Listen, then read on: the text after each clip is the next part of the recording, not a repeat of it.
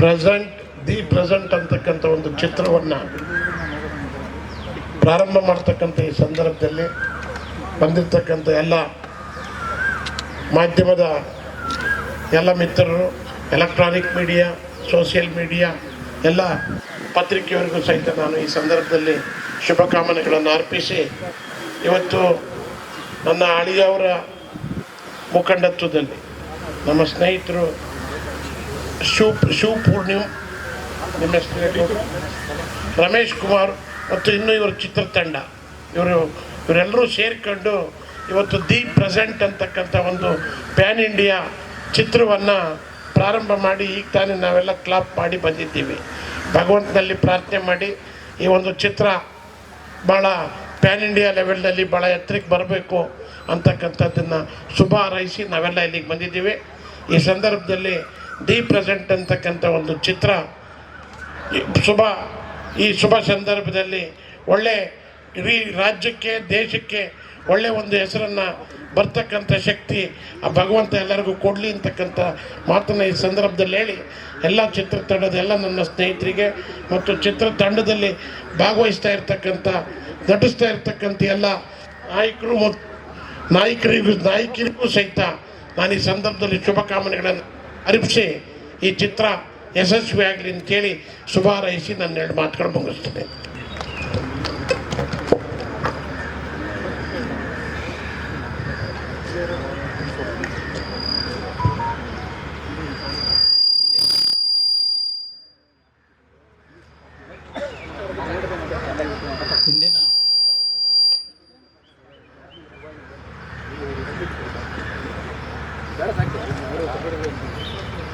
ಇಂದಿನ ಕನ್ನಡ ಚಲನಚಿತ್ರ ಪ್ರೆಸೆಂಟ್ ಈ ರಾಜ್ಯಕ್ಕೆ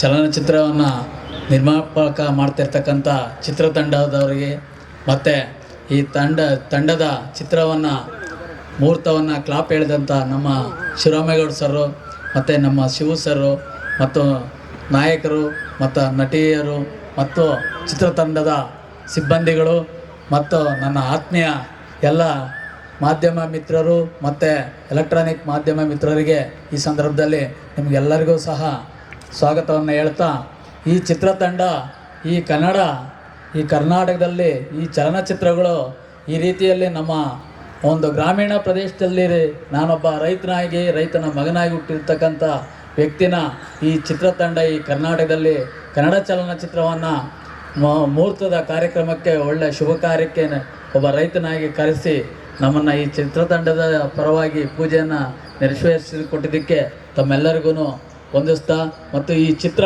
ಈ ಕರ್ನಾಟಕ ರಾಜ್ಯಕ್ಕೆ, ಕನ್ನಡ ಜನತೆಗೆ, ಈ ದೇಶಕ್ಕೆ ಒಳ್ಳೆ ವಿಷಯನ ಮುಟ್ಟಿಸ್ಲಿ, ಒಳ್ಳೆ ಯಶಸ್ವಿ ಆಗಲಿ. ಪ್ರೊಡ್ಯೂಸರು ಮತ್ತು ನಿರ್ಮಾಪಕರು ಮತ್ತು ನಮ್ಮ ಆತ್ಮೀಯರಾಗಿರ್ತಕ್ಕಂಥ ಕೀರ್ತಿ ಸರ್ ಅವ್ರಿಗೆ ತಮ್ಮೆಲ್ಲರಿಗೂ ಒಳ್ಳೆಯ ಹೆಸರು ತಂದುಕೊಡ್ಲಿ. ಕಲಾವಿದರು ಒಂಥರನ ಜೀವನ ಒಳ್ಳೆ ರೈತರಿಗಿಂತನ ಕಷ್ಟಕರ ಜೀವನ, ಆದರೆ ನಾವು ಚಿಕ್ಕ ಹುಡುಗನಿಂದ ನೋಡ್ತಾ ಇದ್ದೀವಿ. ಬಟ್ ಆದರೆ ಈ ಕನ್ನಡ ಚಿತ್ರದಲ್ಲಿರ್ತಕ್ಕಂಥ ಮಹತ್ವ ನಾವು ನೆನೆಸ್ಕೊಂತೀವಿ. ಅಣ್ಣವ್ರು ಮತ್ತು ಅಪ್ಪು ಸರ್ ಇರ್ಬೋದು, ವಿಷ್ಣುವರ್ಧನ್ ಸರ್ ಇರ್ಬೋದು, ಅನೇಕ ನಟರುಗಳು ಇರ್ಬೋದು. ಅವರ ಒಂದು ನಟನೆಯನ್ನು ನಮ್ಮ ವ್ಯಕ್ತಿತ್ವದಲ್ಲಿ ರೂಪಿಸ್ಕೊಂಡ್ರೆ ಈ ಕನ್ನಡ ಉಳಿತದೆ. ಈ ಕರ್ನಾಟಕದಲ್ಲಿ ಕನ್ನಡ ಉಳಿಬೇಕು. ಈ ಚಿತ್ರತಂಡಕ್ಕೆ ಮತ್ತು ಈ ಚಿತ್ರಕ್ಕೆ ಪ್ರೆಸೆಂಟ್ ಈ ದೇಶದಲ್ಲಿ, ಈ ರಾಜ್ಯದಲ್ಲಿ ಒಳ್ಳೆ ಯಶಸ್ವಿಯಾಗಿ ನಡೆಯಲಿ, ಒಳ್ಳೆಯ ಆರ್ಥಿಕತೆಯನ್ನು ಗಳಿಸಲಿ, ಕಲಾವಿದರಿಗೆ ತುಂಬ ಒಳ್ಳೆಯದಾಗಲಿ ಅಂತೇಳಿ ಈ ಸಂದರ್ಭದಲ್ಲಿ ಈ ಚಿತ್ರತಂಡಕ್ಕೆ ಯಶಸ್ವಿ ಆಗಲಿ ಎಂದು ಹಾರೈಸುತ್ತೇನೆ. ಎಲ್ಲರಿಗೂ ಶುಭ ಹಾರೈಕೆಗಳು.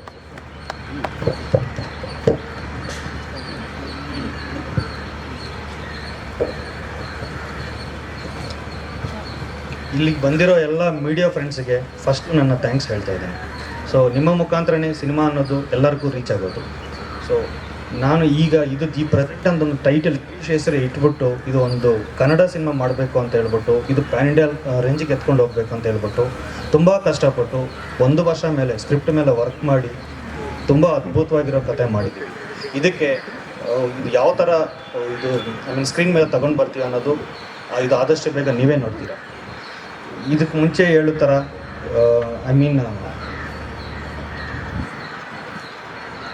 ನಮ್ಮ ದಿ ಪ್ರೆಸೆಂಟ್ ಮೂವಿ ಬಂದ್ಬಿಟ್ಟು ಈಗ ಚಿತ್ರಕಥೆಗೆ ಬಂದರೆ ಇದು ಒಂದು ಸಿಂಪಲ್ ಕತೆ, ಒಂದು ಆತ್ಮದ 3 ಜನ್ಮದ ಕತೆ. ಇದು ಬಂದ್ಬಿಟ್ಟು ಪಾರ್ಟ್ 1 ಆಗಿ ದಿ ಪ್ರೆಸೆಂಟ್ ಅಂತ ಬರ್ತಾ ಇದೆ.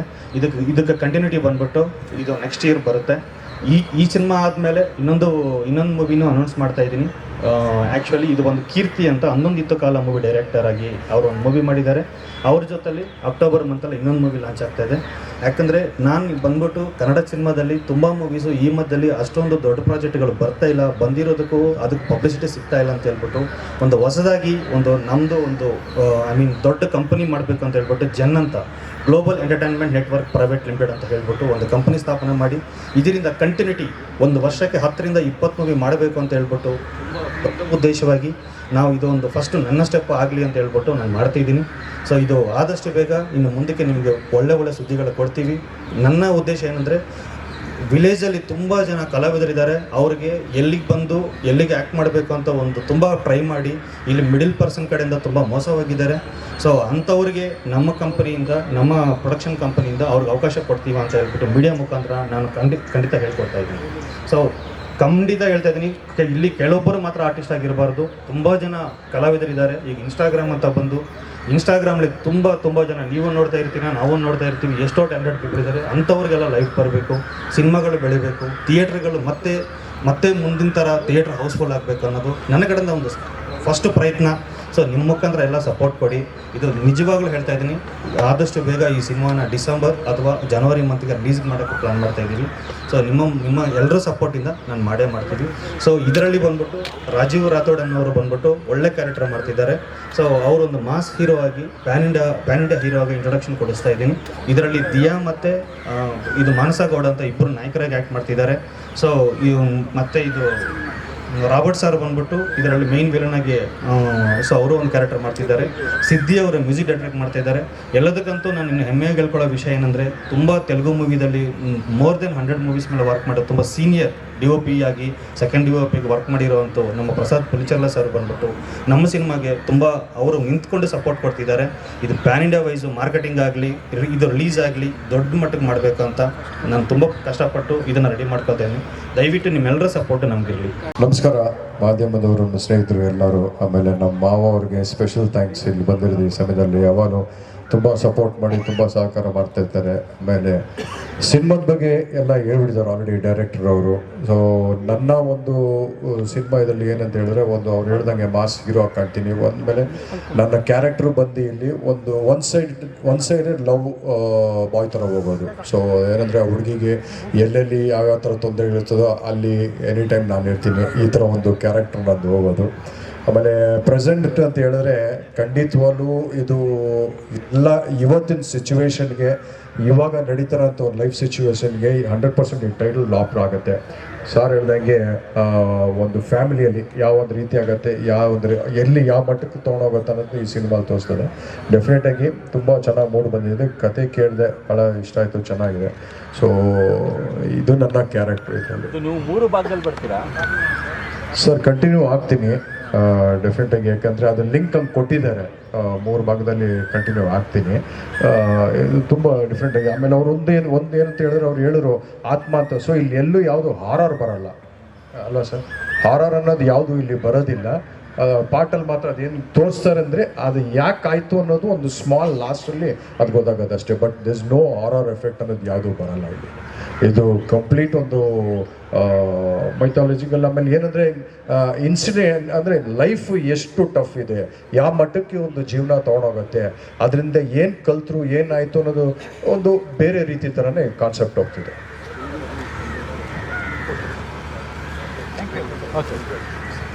ಇನ್ನೊಂದು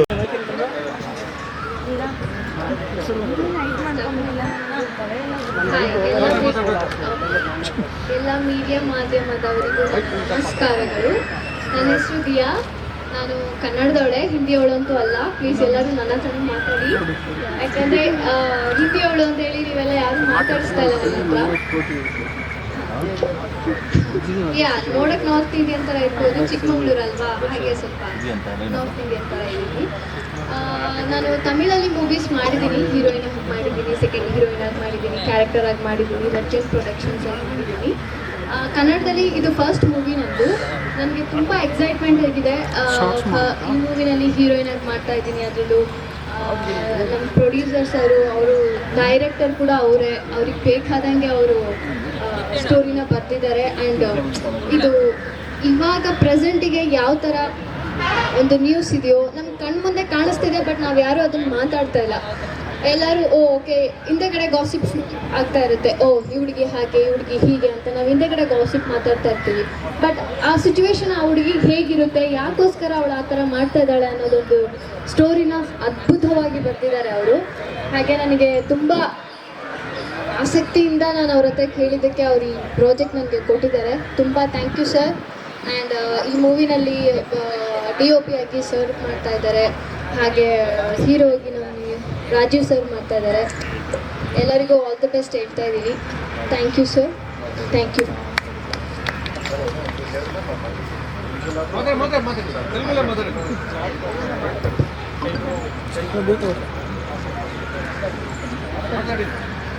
first of all thanks to Shivapurna. నాకు చాలా కావాల్సిన వ్యక్తి, మా క్లోజ్ ఫ్రెండ్, మా వీళ్ళ ఫ్యామిలీ ఫ్రెండ్. సినిమా కోసం సినిమా అందరూ ప్రేమిస్తారు. దాంట్లో మొదటిగా శివపూర్ణ ఉంటాడు. పొద్దున్న లేవగానే సినిమా, పడుకునే దొరకు సినిమాను ప్రేమించే వాళ్ళు అరుదుగా ఉంటారు. దాంట్లో శివపూర్ణ మొదటిగా వ్యక్తిగా ఉంటాడు. నాకు ఈ అవకాశం ఇచ్చినందుకు చాలా థ్యాంక్స్. నెక్స్ట్ ప్రెస్ మీట్లో మాట్లాడు. All the best. Thank you. ಎಲ್ರಿಗೂ ನಮಸ್ಕಾರ. ನಾನು ಮಾನಸ. ಆತ್ಮೀಯ ಮೀಡಿಯಾ ಬಾಂಧವರಿಗೂ ಪತ್ರಕರ್ತರಿಗೂ ತುಂಬ ಹೃದಯದ ಧನ್ಯವಾದಗಳು. ದಿ ಪ್ರೆಸೆಂಟ್ ಅನ್ನೋ ಸಿನಿಮಾದಲ್ಲಿ ನಾನು ಒಂದು ನಾಯಕಿಯಾಗಿ ಪಾತ್ರ ಮಾಡ್ತಿದ್ದೀನಿ.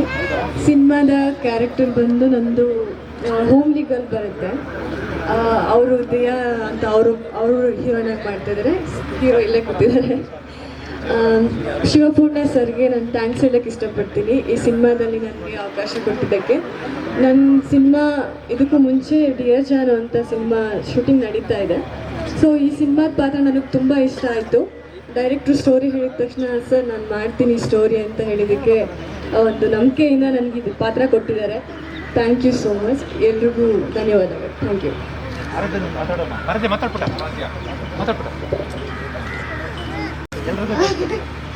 ಮೊದಲನೇದಾಗಿ ಹೇಗಿದ್ದೀರಾ ನೀವೆಲ್ಲರೂ? ಏನು ಕೇಳಿಸ್ತಾ ಇಲ್ಲ, ನೀವು ಕೇಳಿಸ್ತಾ ಇಲ್ಲ, ನೀವು ಮೈಕ್ ಇಟ್ಕೋಬೇಕು. ಹೇಗಿದ್ದೀರಾ? ಚೆನ್ನಾಗಿದ್ದೀರಾ ಇಲ್ವಾ ಹೇಳಿ. ಚೆನ್ನಾಗಿಲ್ಲ, ಯಾರು ಚೆನ್ನಾಗಿಲ್ಲ, ಮಾತಾಡ್ತಾನೇ ಇಲ್ಲ. ಹಾಯ್, ಎಲ್ಲರಿಗೂ ನಮಸ್ಕಾರ. ನಾನು ನಿಮ್ಮ ಪ್ರೀತಿ ಆರಾಧ್ಯ. ಮೊದಲನೇದಾಗಿ ಇಲ್ಲಿ ಬಂದು ತುಂಬಾ ಖುಷಿ ಆಯಿತು. ಇವೆಂಟ್ ಕೂಡ ತುಂಬ ಚೆನ್ನಾಗಿ ನಡೀತು. ಮತ್ತು ನಾನು ಶಿವಪೂರ್ಣ ಅಣ್ಣಗೆ ಥ್ಯಾಂಕ್ ಯು ಹೇಳ್ತೀನಿ. Thank you so much.